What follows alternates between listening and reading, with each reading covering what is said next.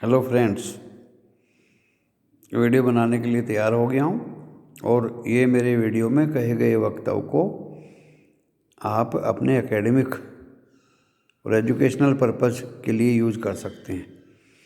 मेरे बताए हुए स्टॉक्स ये मेरी अपनी की हुई रिसर्च है और आप अपने पर्सनल फाइनेंशियल एडवाइज़र से बात करके सलाह लेके ही स्टॉक्स खरीद या बेच सकते हैं। यदि आपको कोई फ़ायदा या नुकसान होता है तो उसका जिम्मेदार मैं नहीं हूँ।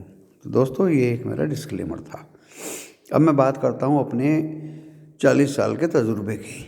देखिए, इस स्टॉक मार्केट में आप अच्छी तरह से देख सकते हैं संडे के शाम को, और उससे पहले भी संडे की शाम को मैंने बिल्कुल साफ कह दिया था कि मंडे को भी ये बढ़ेगा और ट्यूसडे को भी बढ़ेगा। दोस्तों, 2 दिन की गारंटी तो मैंने ली थी। FII की बाइंग हुई होगी, मैंने देखा नहीं है, और कल देखा था तो कल तो हुई थी, F&O में भी हुई थी, तो आज भी हुई होगी। और जब FII खरीदते हैं तो 2-4-5 दिन लगातार खरीदते हैं। और एवरी ईयर जब ये बाज़ार गिरता है, या तो ये 15 दिसंबर के आसपास गिरता है, और या ये 15 जनवरी के आसपास गिरता है दोस्तों, और बढ़ता है तो क्या, या तो ये दिसंबर के लास्ट में बढ़ता है या जनवरी के फर्स्ट वीक में बढ़ता है। और अभी सामने बजट है, यूपी का इलेक्शन है, ओमिक्रॉन की विपदा है, चाइनीज़ का टेंशन है, और भी दुनिया में जाने क्या क्या है। तो कुछ स्टॉक्स जब बाज़ार गिरता है तो कुछ स्टॉक्स गुस्से में बढ़ते हैं। आज मैंने 1-2 स्टॉक देखा, जैसे ही बाज़ार नीचे गिर रहा था वो बड़ी गुस्से में 1-1.5 रुपया बढ़ गए। और ये साफ पता है, तजुर्बा ऐसे ही बोलते हैं, ये साफ पता है कि ये क्लोजिंग पे गिरने ही वाला स्टॉक है, और वो गिरा। लेकिन आप उसमें फंस चुके थे, आप नीचे में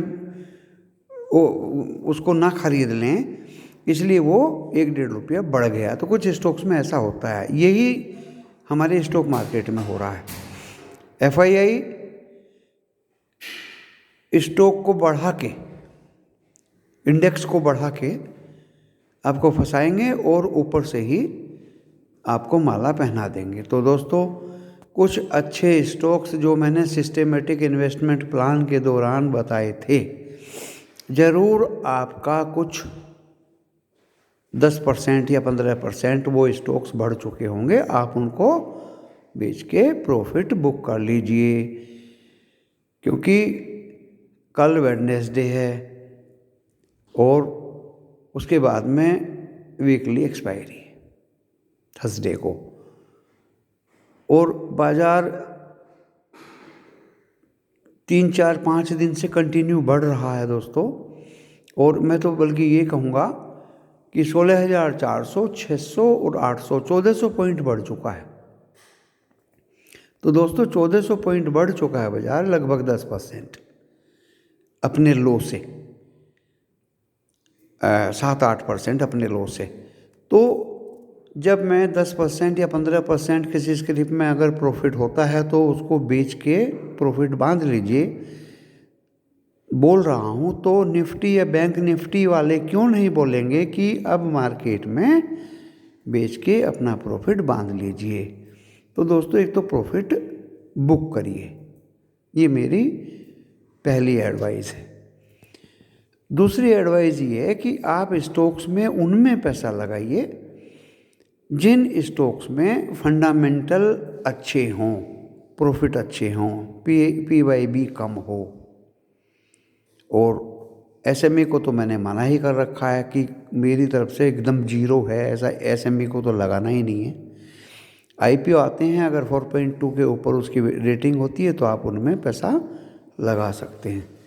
और ये मेरा बिल्कुल साफ साफ एडवाइज है कि जितने भी IPO आए थे उनमें आप अपना प्रॉफिट बांध के लिस्टिंग गेन कहते हैं जिसको, या जिसमें आपको प्रॉफिट है या जो आपने अभी तक नहीं बेचा है और उसमें प्रॉफिट है, उसको बांध लीजिए, उसमें प्रॉफिट ले लीजिए, अपने बैंक में डिपॉजिट कर दीजिए।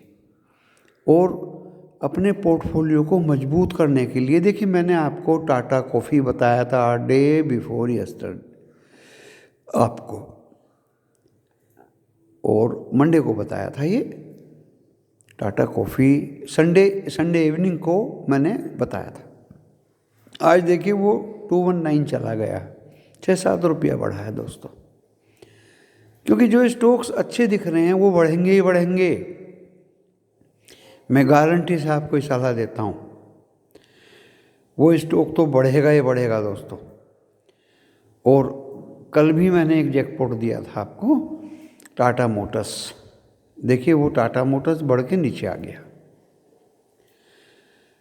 वो नीचे आ गया, और स्टॉक बुरा नहीं है, आपका पैसा फंसेगा नहीं, आप अपने पोर्टफोलियो में रखिए।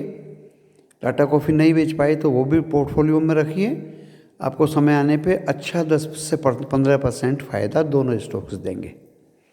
आज दोस्तों मैं बहुत अच्छा स्टॉक बताने जा रहा हूँ, ज़्यादा टाइम वेस्ट ना करके।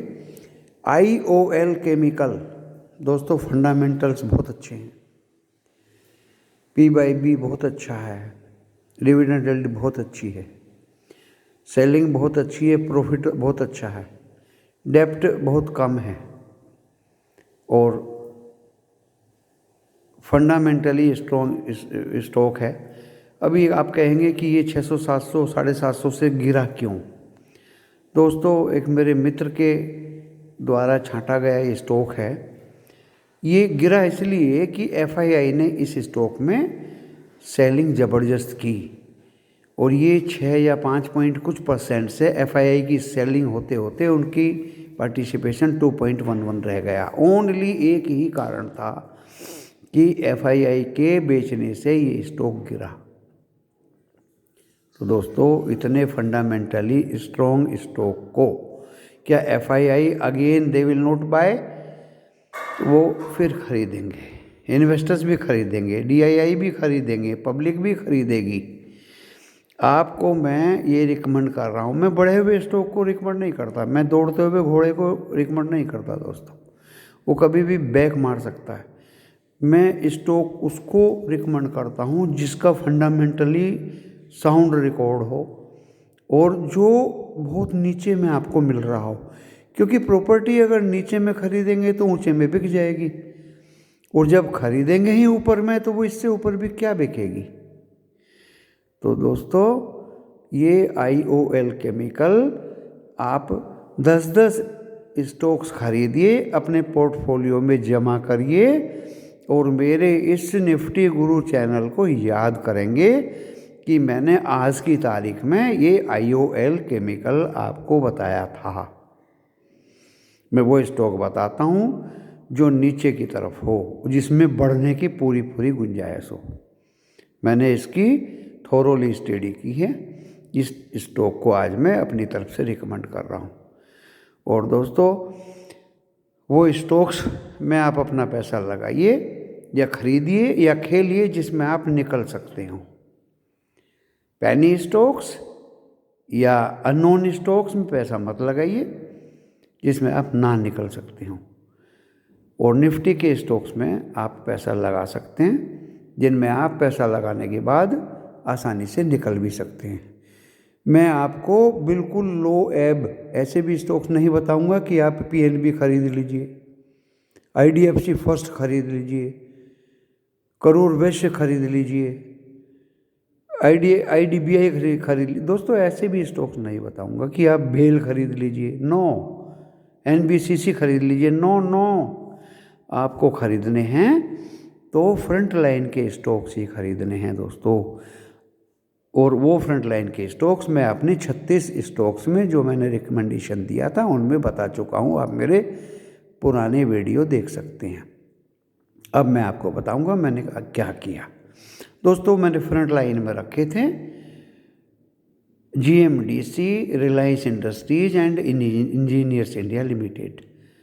दोस्तों बहुत अच्छे प्रॉफिट में तीनों स्टॉक्स को मैंने बेच दिया, और IOL केमिकल मैंने 471.10 रुपये पे ख़रीदा। सिर्फ 10 स्टॉक खरीदे। रोज़ मैं 10 स्टॉक इस स्टॉक्स के ख़रीदूँगा और अपने पोर्टफोलियो में जमा करूँगा। अब दोस्तों आप कहेंगे कि कल क्या करना है। देखिए ये तो मैंने आज बेच दिए। आज मैंने डिलीवरी इन स्टॉक्स की छोड़ दी। रिलायंस मैंने बहुत कम पे ख़रीदा था, बेच लिया, मुझे फ़ायदा हुआ। मैंने इंजीनियर्स इंडिया बहुत कम पे ख़रीदा था, बेच लिया। और मैंने एक जो GMDC शेयर था बहुत ही नीचे में ख़रीदा था, मुझे बहुत ही अच्छा फ़ायदा दिया, बहुत ही अच्छा मुनाफा इस स्टॉक से मिला। और ये स्टॉक तुरंत भागता है, जैसे ही ये भागा 75 के ऊपर में मैंने उसको बेचा। तो दोस्तों अब कहोगे कि मैं कल के लिए क्या स्ट्रेटजी बना रहा हूँ। देखिए कल के लिए मेरे पास में कैस्ट्रॉल इंडिया का स्टॉक है और अच्छी क्वांटिटी मैंने इसकी ख़रीदी हुई है, क्योंकि जब ये काफ़ी समय से 121.22 तो क्यों नहीं मैं ख़रीदूँ। डेब्ट फ्री कंपनी है, बहुत अच्छा स्टॉक है। तो दोस्तों इस तरह के स्टॉक्स को आप रख लीजिए और जैसे ही ये बढ़ते हैं इनको प्रॉफिट बुक करके बाहर आ जाइए। कल मैं उसको बेचूंगा। इस बढ़ते बाज़ार में मुझे डेली प्रॉफिट बुक करना ही करना है दोस्तों। प्रॉफिट मुझे डेली लेना ही लेना है। अब आप ये कहोगे जब आप खरीदते नहीं तो प्रॉफिट किसका लोगे।